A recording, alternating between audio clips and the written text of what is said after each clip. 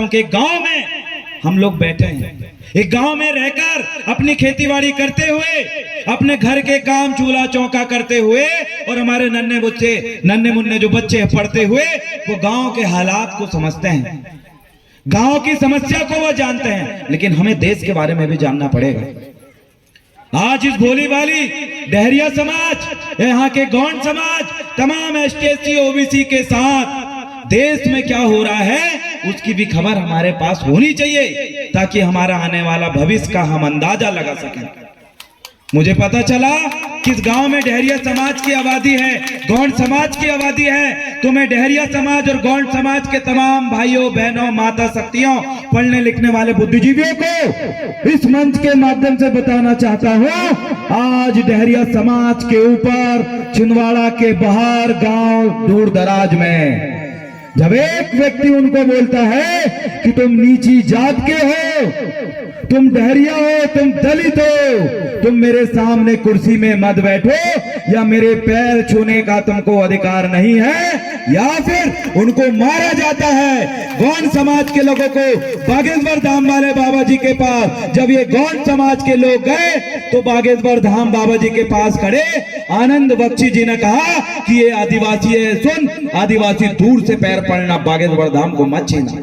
आज ऐसे भेदभाव के और छुआछूत के शिकार होने वाले मेरे गौंड समाज और डहरिया समाज के जो लोग इस गांव में निवास कर रहे हैं, उनको मैं बताना चाहता हूं, आज तुम्हारे बच्चे जो गांव छोड़ के भोपाल में जब पढ़ाई करने के लिए जाते हैं तो उस कॉलेज में उनको ये बोल के लताड़ा जाता है कि तुम एससी समाज से हो, दलित हो, तुम आदिवासी हो। तुम्हारे समाज के लोग जब दूर दराज अपना पेट भरने के लिए, घर चलाने के लिए जब काम करने जाते हैं तो ये बोलकर उनको भगा दिया जाता है। एक हफ्ते वो 1 महीने काम करते हैं लेकिन उनको लठ मारते हैं और 1 हफ्ते का पैसा देके घर भगाते हैं। ये अत्याचार आपके साथ हो रहा है, आपके साथ अत्याचार हो रहा है। लेकिन मुझे बताइए, जब डहरिया समाज की कोई बेटी का कोई छेड़ता है, कोई बलात्कार करता है, ये गौंड आदिवासी समाज की बच्ची का जब कोई बलात्कार करता है, उसको छेड़ता है, तो कौन ये डहरिया और गौंड समाज के स्वाभिमान के लिए, उनकी बेटी को न्याय दिलाने के लिए कौन सा संगठन है जो सड़क में उतरता है? मुझे बताइए भाइयों बहनों। मैं आपसे पूछना चाहता हूं, क्या ये बजरंग दल, ये विश्व हिंदू परिषद, ये बड़े बड़े नेता हैं, मुझे बताइए, जब आपकी जमीन छीनी जाती है, जब आपकी बच्चियों का बलात्कार होता है, जब आपकी महिलाओं को, आपके पुरुषों को लाठी से मारा जाता है, तो क्या ये चांद की धरती में, ये बिछुआ में, छिंदवाड़ा में, या फिर केंद्र बिंदु हमारे केंद्र जंतर मंतर दिल्ली में आपके समाज के ऊपर कहीं अगर आंदोलन होता है तो कोई ये बजरंग दल शिवसेना वहां पर आंदोलन करने नहीं आती। इसलिए तो आंदोलन करनी कौन आती है? जब डहरिया और दलित समाज के ऊपर होता है तो चंद्रशेखर आजाद, भाई रावण, इन गोंडवाना के और आदिवासियों के साथियों के साथ जाकर दिल्ली में प्रदर्शन करता है कि मेरी भोली वाली महार समाज हो, डहरिया समाज हो, दलित भाइयों के ऊपर जब अत्याचार होता है तो साथियों इस दिल्ली के जंतर मंतर में जाकर ये गोंडवाना के लोग और भाई चंद्रशेखर आजाद की भीम आर्मी ने आंदोलन करी और न्याय के लिए आवाज उठाती है।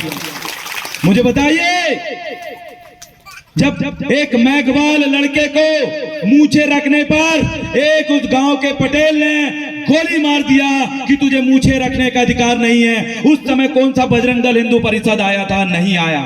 मुझे बताइए, जब ये चौरई में विजय सिंह अड़माची भूमिका को खेड़ापति दाई में सतरंगी झंडा लगाने से रोका गया था, जब वहां शैलेंद्र रघुवंशी जी ने उनको मारा था, मुझे बताइए बजरंग दल और शिवसेना आंदोलन करने आई क्या? यही गोंडवाना के युवा संगठन के ये लोग और हमारे भीम आर्मी के लोग सड़क में उतर के आपके हक और अधिकार की लड़ाई लड़ते हैं। इसलिए इस मंच से मैं आपको बताना चाहता हूं कि ऐसे संगठन से जुड़िए। ऐसे संगठन से जुड़िए जो आपके हक और अधिकार के लिए लड़ते हैं। ऐसे संगठन से जुड़िए जो आपके स्वाभिमान के लिए जेल जाने के लिए तैयार रहते हैं। ऐसे संगठन से जुड़िए जो आपकी आबरू बचाने के लिए, आपकी जमीन बचाने के लिए, आपके अधिकार बचाने के लिए शहरों में आंदोलन करते मेरे भाइयों। इसलिए दलित भाइयों, आदिवासी भाइयों से, डेहरी और गौंड समाज के भाइयों से निवेदन करना चाहता हूं कि जुड़ना है तो उन संगठन से जुड़िए। जब तुम्हारे ऊपर कोई उंगली उठाता है तो भीम आर्मी और गोंडवाना के लोगों पर उंगली उठती है मेरे साथियों। इसलिए आपसे निवेदन करना चाहता हूं कि कल की यहां आपके चांद थाना क्षेत्र में एक दलित भाई को एक बुरी तरीके से किसी ने मारा था, मर्डर कर दिया था। कोई आंदोलन करने के लिए नहीं आया, कोई एफआईआर दर्ज कराने के लिए नहीं आया। ये गोंडवाना के लड़के और भीम आर्मी के लड़के आके वहां एफआईआर दर्ज कराई और आपको न्याय दिलाने के लिए वो सामने आते हैं। आपसे मैं निवेदन करना चाहता हूं, अपनों की पहचान करिए, अपनों की पहचान करिए। एक कुत्ता को पता रहता है कि ये मेरा मालिक है और ये मेरा मालिक नहीं है, तो वो कुत्ता अपने मालिक को ना भूखते हो सामने वाले को भूखता है। एक कुत्ता पहचान लेता है, एक न्यावला सांप को पहचान लेता है कि ये मेरा दुश्मन है। एक मुर्गी मुर्गा दूर से पहचान लेता है कि ये बाज मेरा दुश्मन है। एक हिरण दूर से पहचान लेती है कि ये शेर मेरा दुश्मन है। लेकिन क्यों यहाँ के गौंड समाज और इस गांव में सबसे ज्यादा संख्या में रहने वाले डेहरिया समाज को ये बात क्यों पता नहीं है कि ये मेरा दुश्मन है, कि ये मेरा दुश्मन है। आपस में आप लोग लड़ रहे हो, एक होना है, एक। आपको अपने दुश्मन की पहचान करना पड़ेगा, क्योंकि इस देश में अंग्रेज आए थे। अंग्रेजों को पता था कि यहाँ के एसटी एससी ओबीसी के मूल मालिक जो लोग हैं वो हमारे दुश्मन हैं। इस देश में मुगल लोग आए थे, मुगल रियासत आई, उनको पता था यहाँ के एसटी एससी ओबीसी के लोग मेरे दुश्मन हैं। यहाँ पर आर्य लोग आए, आर्यों को पता था यहाँ के एसटी एससी के लोग मेरे दुश्मन हैं। लेकिन यहाँ के एसटी एससी दलित डेहरिया गौंड भाइयों को ये बात पता नहीं है कि मेरा दुश्मन कौन है। और जिसको अपने दुश्मन की पहचान नहीं होती वो कभी युद्ध जीतता नहीं है। युद्ध वही व्यक्ति जीतता है जो दुश्मन को पहचानता और रणनीति बनाकर उतर जाता है मैदान में।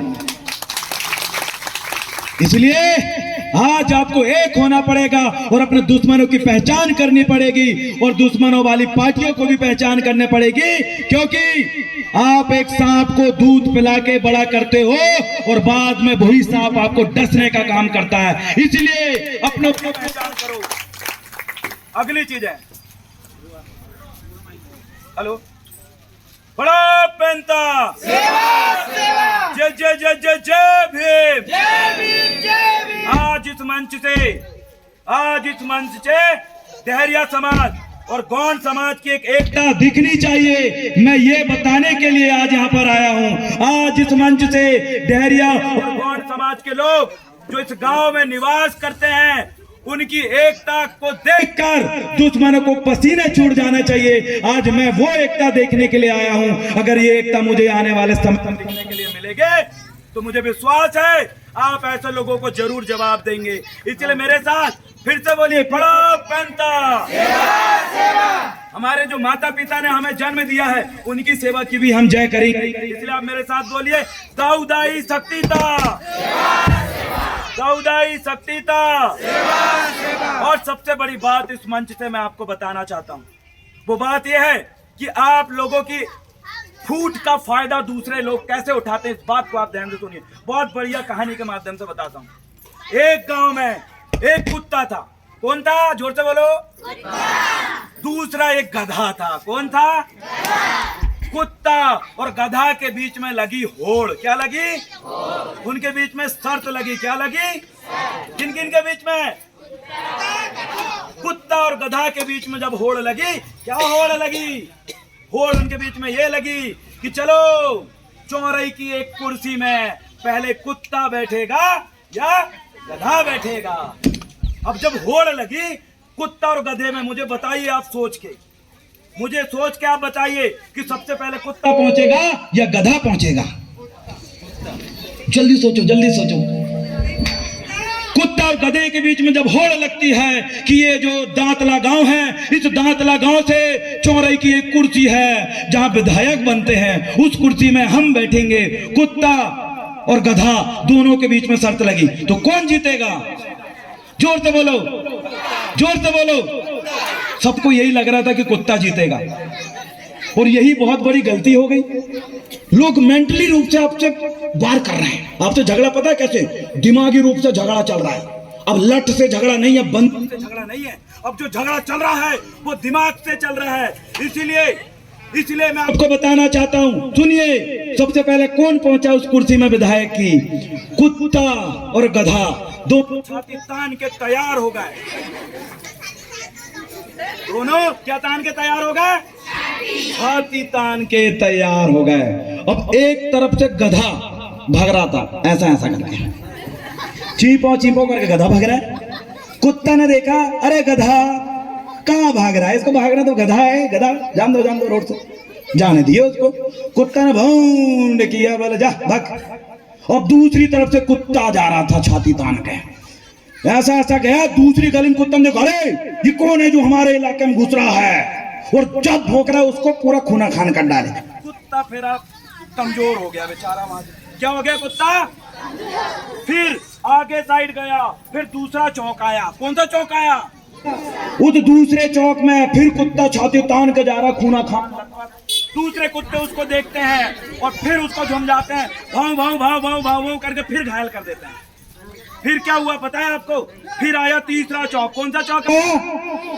तीसरा चौक में जब कुत्ता गया, फिर कुत्ते को तीसरे कुत्ते ने फिर दबोचा, और ये दबोचते पिड़ते कुड़ते चौराई की जो विधायक वाली कुर्सी तक कुत्ता जब ऐसा ऐसा पहुंचता है तो देखता है गधा चीपो चीपो कर रहा कुर्सी में बैठ के। अब आप सोचिए कैसे? कुत्ता को कुर्सी तक पहुंचने में कई दिन लग गए। कितने दिन लग गए? और गधा को पहुंचने में 1 दिन लगे। कितने दिन? अब वो देखता है कि गधा कुर्सी में बैठ के चीपो चीपो कर रहा है, और कुत्ता बोलता है ये कैसे हुआ भैया? तो समझ में आया कैसे हुआ? आया कि नहीं? नहीं आया होगा, मैं बता देता हूँ। ऐसे हुआ कि कुत्ता ने बोला कि सुन रहे हो गधा, मेरे लोग अगर मेरे को साथ दे देते, गली गली मोहल्ले मोहल्ले में अगर नहीं भौंकते, मेरे को अगर वो काटते नहीं, रोकते नहीं, मारते नहीं, तो गधा तेरी औकात नहीं थी। सबसे पहले ये कुत्ता बैठता, लेकिन मुझे मेरी समाज के लोगों ने सपोर्ट नहीं किया, इसलिए मैं हारा और आज गधा कुर्सी में बैठा। आज क्या हो रहा भैया? आज यही चोरा है। यहाँ के एसटी आदिवासी लोग, यहाँ के एससी दलित भाई लोग, यहाँ के ओबीसी पिछड़ा वर्ग लोग बड़ी संख्या में है, लेकिन वहाँ राज कौन कर रहा है? गधा। कौन कर रहा है?